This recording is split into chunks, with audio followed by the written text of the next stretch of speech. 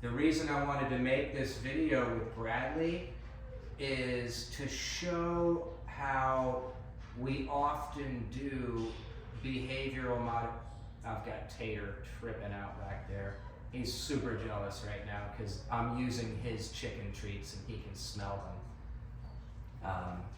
Anyway, so I wanted to talk about how we do obedience and behavioral modification sometimes at the same time. So I will bring him in here on just a slip lead that's loosely on him, just so in case he tries to drift away from me, he can't. But I just want him to keep his focus on me and be working for some rewards. And I want him to hold some positions for me, particularly when I start moving around him and stuff. And part of this is obedience training. I want you to hold your commands. But what I'm really doing, is I'm trying to just mellow him out a little bit by going through this routine nice and slow. And I don't want him jumping the gun. I don't want him in front of me. Again, this is all pretty remedial, but you would have had to have seen the dog on the day he arrived to just appreciate this right here. It was such a mission to get this dog to just calm down. One thing that makes an extremely overstimulated dog more challenging to train is that it's very difficult to maintain their focus, and sometimes they might be really motivated, but he's so anxious to get the treat that he's not paying attention to anything else, and then if he doesn't get it right away, he gets frustrated and kind of checks out. So it can be challenging to get these dogs to just learn what you're trying to get them to do, and so by lowering their drive a little bit, by teaching them how to just chill out a little bit, simply by disallowing the spastic racing and stuff like that, start teaching them that you're capable of walking with me at a normal speed. You don't always have to be like bouncing all over the place. Being able to maintain positions like this when he is still pretty excited about this. There's an element of behavioral modification here because I want to take this dog's general demeanor on a scale of 1 to 10 from a 50 down to at least a 5. And this is a big part of that, and what you're about to see in the next session. Sometimes there's dogs that I really want to build drive in, or they can still give me focus when they're super excited and they don't start falling apart all over the place. Other dogs, if things, even in an obedience session, if things get too excited, they just can't concentrate. I can't get them to do what I'm asking them to do. It's just the communication becomes muddy. It depends on the dog, and it depends on the reward, and it depends on the trainer, how they're handling the dog, what kind of personal engagement they have, how well they move, what their timing's like, all that good stuff. Yes. But Bradley, when he first came to me, he was jumping a lot. He was aggressively biting the leash and pulling on it really hard. And there was just nothing we could do to really get him to stop. There was, but it took a minute. He really gets committed when he gets worked up. Does not respond to no. And honestly, the single most irritating thing I found about Bradley was just trying to put a collar on him, or attach a leash to his collar, or put a slip lead, whether I'm trying to put something over his head or around his head, or just reach out and grab the collar and attach the lead. He just got so annoyingly squirmy, just unbelievably squirmy. And then if I tried to kind of start wrestling him and come on, let's get the, then he kind of starts moving away from me, and before you know it, we're in a game of chase. That happened one time with me, and I'm like, oh, you're one of those dogs. Went running in here. All I'm trying to do is put a leash on him. He wants to go outside, but he's just bolting all over. So from that point on, the leash went on him when he was in the crate until I got him to a point where I knew we weren't going to rehearse that type of craziness,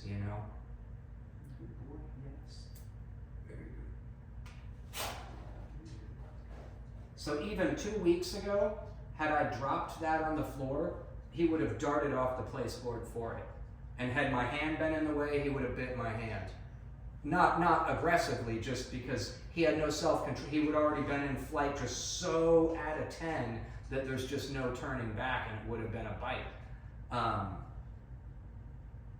Being able to just calm a dog down a little bit is very, very important, because these dogs that are just this crackhead, spastic energy, some of that is genetic, but most of it is anxiety.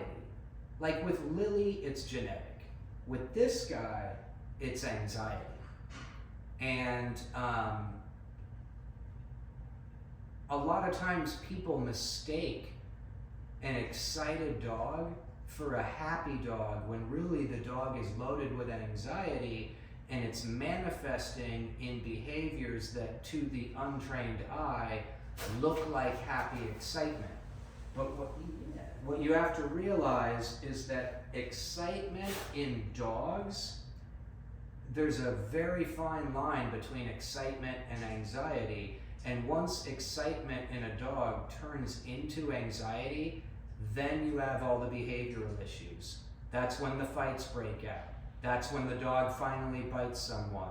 That's when the dog goes nuts and starts becoming leash reactive, biting on the leash, relentlessly jumping on people, stuff like that. It's all a product of anxiety, because the dog doesn't know what to do with himself. And he's got a lot of pent-up energy. He's not getting any mental stimulation. His brain isn't being exercised. Maybe the body is, but probably not enough with a pretty high drive dog like this. So you need to meet the dog's needs. It needs exercise, but mental stimulation is so much more important for the average pet dog than exercise. And here's why. A lot of trainers that aren't real trainers, they're basically pseudo trainers or frauds. They know how to teach a dog basic commands with a treat bag, and outside of that, nothing. A lot of those trainers will come into a person's home and they will tell that, the person says, oh, my dog's leash reactive. Oh, it jumps on company. Or maybe it tries to attack the company, or what have you. And they'll tell that owner, oh, the dog just needs more exercise. You have to run the dog for 5 miles a day, and then it won't do that anymore. And not only does the average person not have that capability to run their dog 5 miles a day, it wouldn't make a damn bit of difference if they did. The dog would come home and it would jump all over the next person that came in. If it's territorially aggressive, it's still going to try to attack the next company that comes in. If it's leash reactive, forget about it. And exercise will not change any of these behaviors, but reducing the dog's level of anxiety will.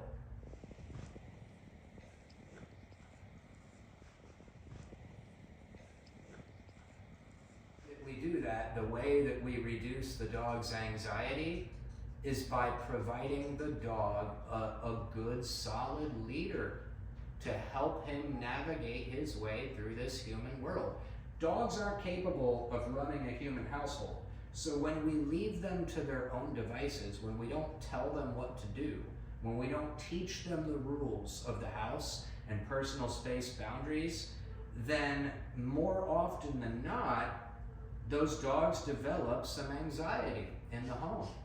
And even if they're not doing anything wrong that's bothering the owner, the dog is still in an anxious state because it doesn't know its place in the family, and it doesn't really know what to do with itself, what's expected of it. And it's just to what degree do we have that problem from one owner to another.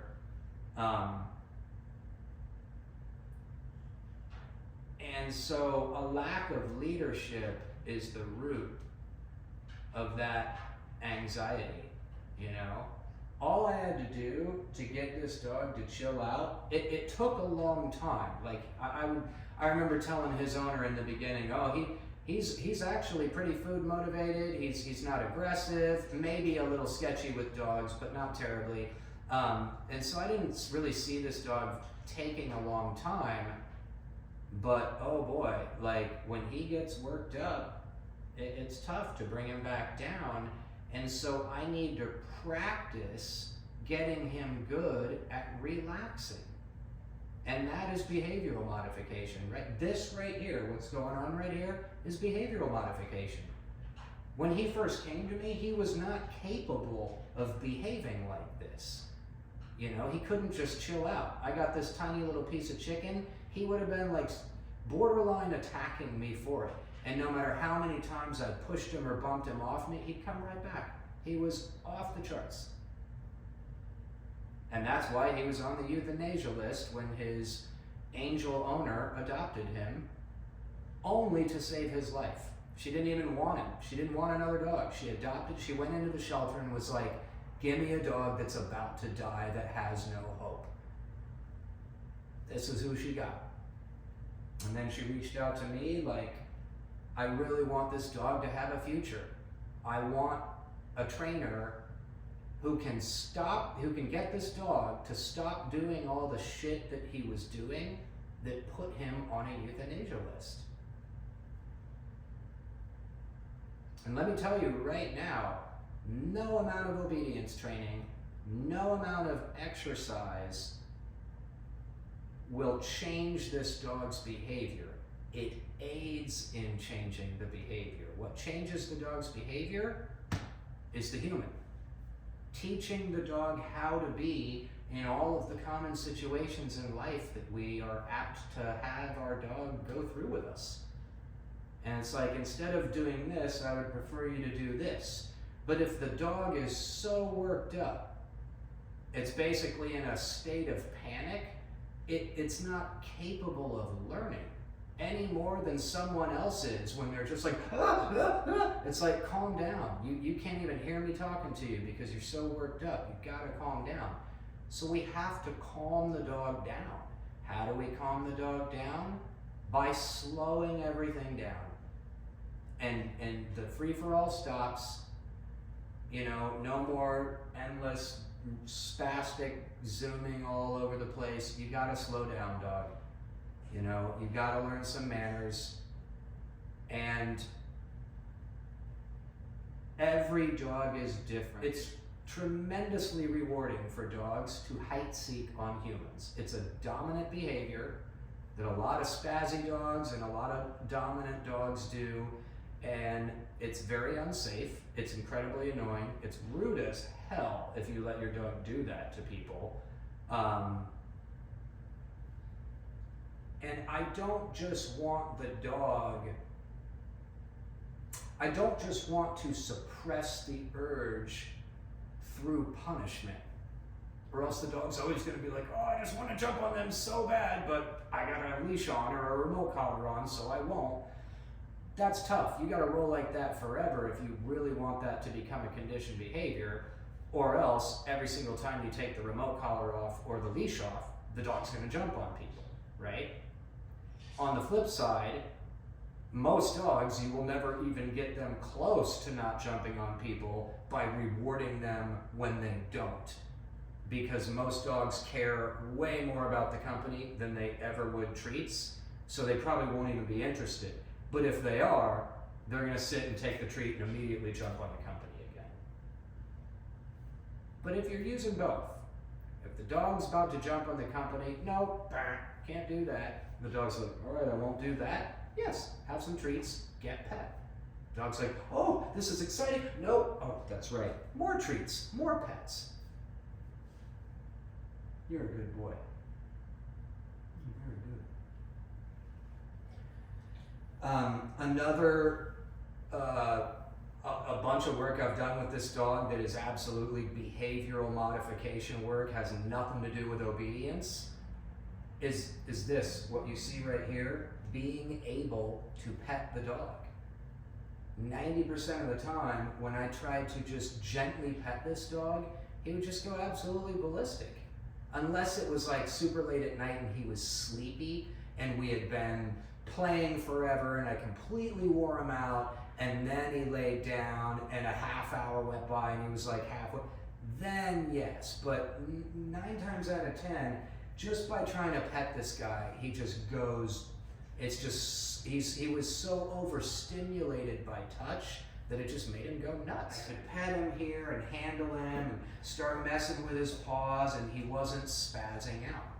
And so he got used to being touched, and now I can love on him, and he doesn't immediately just explode into a 10 and go running around the room or chomping on my face or scratching my body with his nails when he pushes away from me to go flying off the board and bouncing off the wall.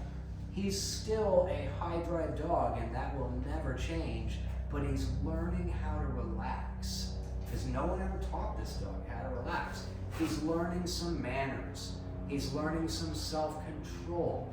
And the more of that he learns and performs, the more pleasant his reality becomes. The more practice we do, the more repetitions we do, the more solid he becomes, the better he gets at it, because he's doing it over and over and over, just like anything else you want to get good at.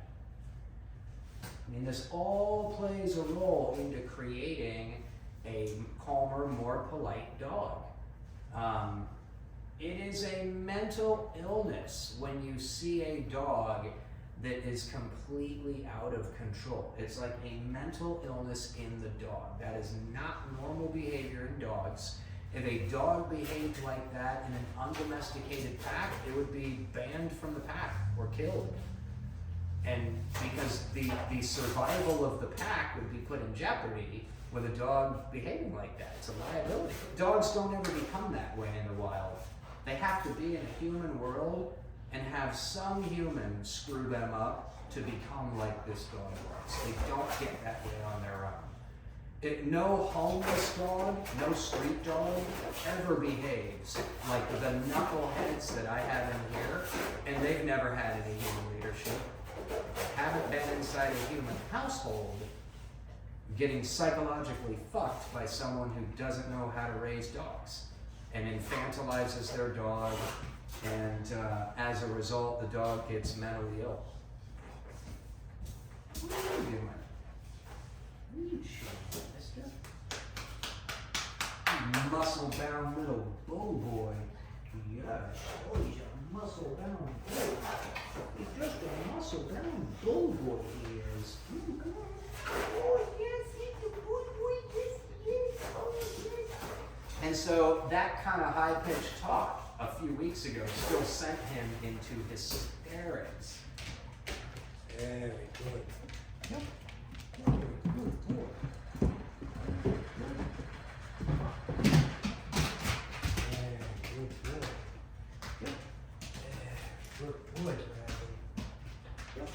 Very good boy. Sit. Sit. Yes.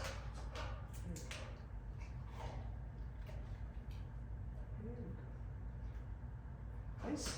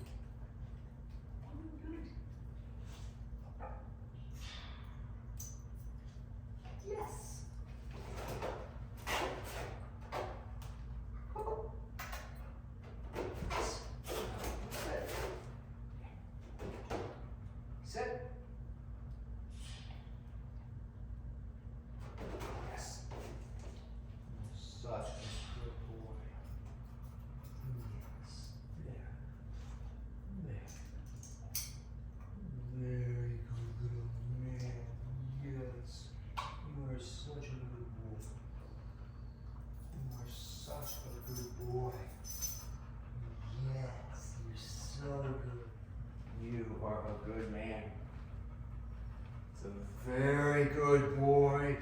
Yes. Good boy, Mr. Brattles. Good boy, Brattles. It is so wonderful to be able to just pet this dog. Oh, I can't even tell you. Putting a collar on and off of him, trying to get a leash on him. He wasn't afraid of it. He just has this weird reaction where he just spazzes out and like avoids it and rolls down onto the ground. It's really bizarre. And when you tried to pet him, he just completely lost his shit. If he licked your face, he'd bite your nose. Like, he was way out of control. And now his behavior is really polite. And we're just starting to rock and roll on his obedience.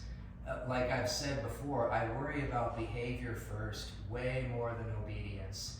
Obedience is important, but all the obedience in the world will not change the behavior, or at very least, it won't change the mindset at all of the dog's behavior. Whereas if you just worry about working on the dog's behavior, calming it down a little, being able to take it through life's normal circumstances without it constantly being at a 10, like it just smoked a bowl of crack, then the obedience training is much easier. There's no dog harder to train than one that's at a mental 10 constantly, and it doesn't really care about what you have to offer. You can't motivate it to keep its focus on you by praise and vocal engagement and movement. You can't keep its attention on you with food, not even a toy. Like, the dog, as soon as he gets whatever he wants from you, he just goes hunting for it somewhere else. So it was really hard to build focus in this guy. And the whole time I'm trying to do it, he's bouncing off his rockers. And so it's also it gets so unbelievably annoying. And so it takes time, it takes patience. You can't try to get this out of an ultra spastic dog that couldn't even stop jumping on you and biting you a month ago, 5 weeks ago. You can't get this overnight. So like, this is why I say dog training is all about the slow burn. Not just behavioral modification, but obedience too. I can teach a dog really great obedience in a matter of a couple weeks, but I want to then practice it and roll like that and proof the dog really well before it goes home. Same thing with behavior.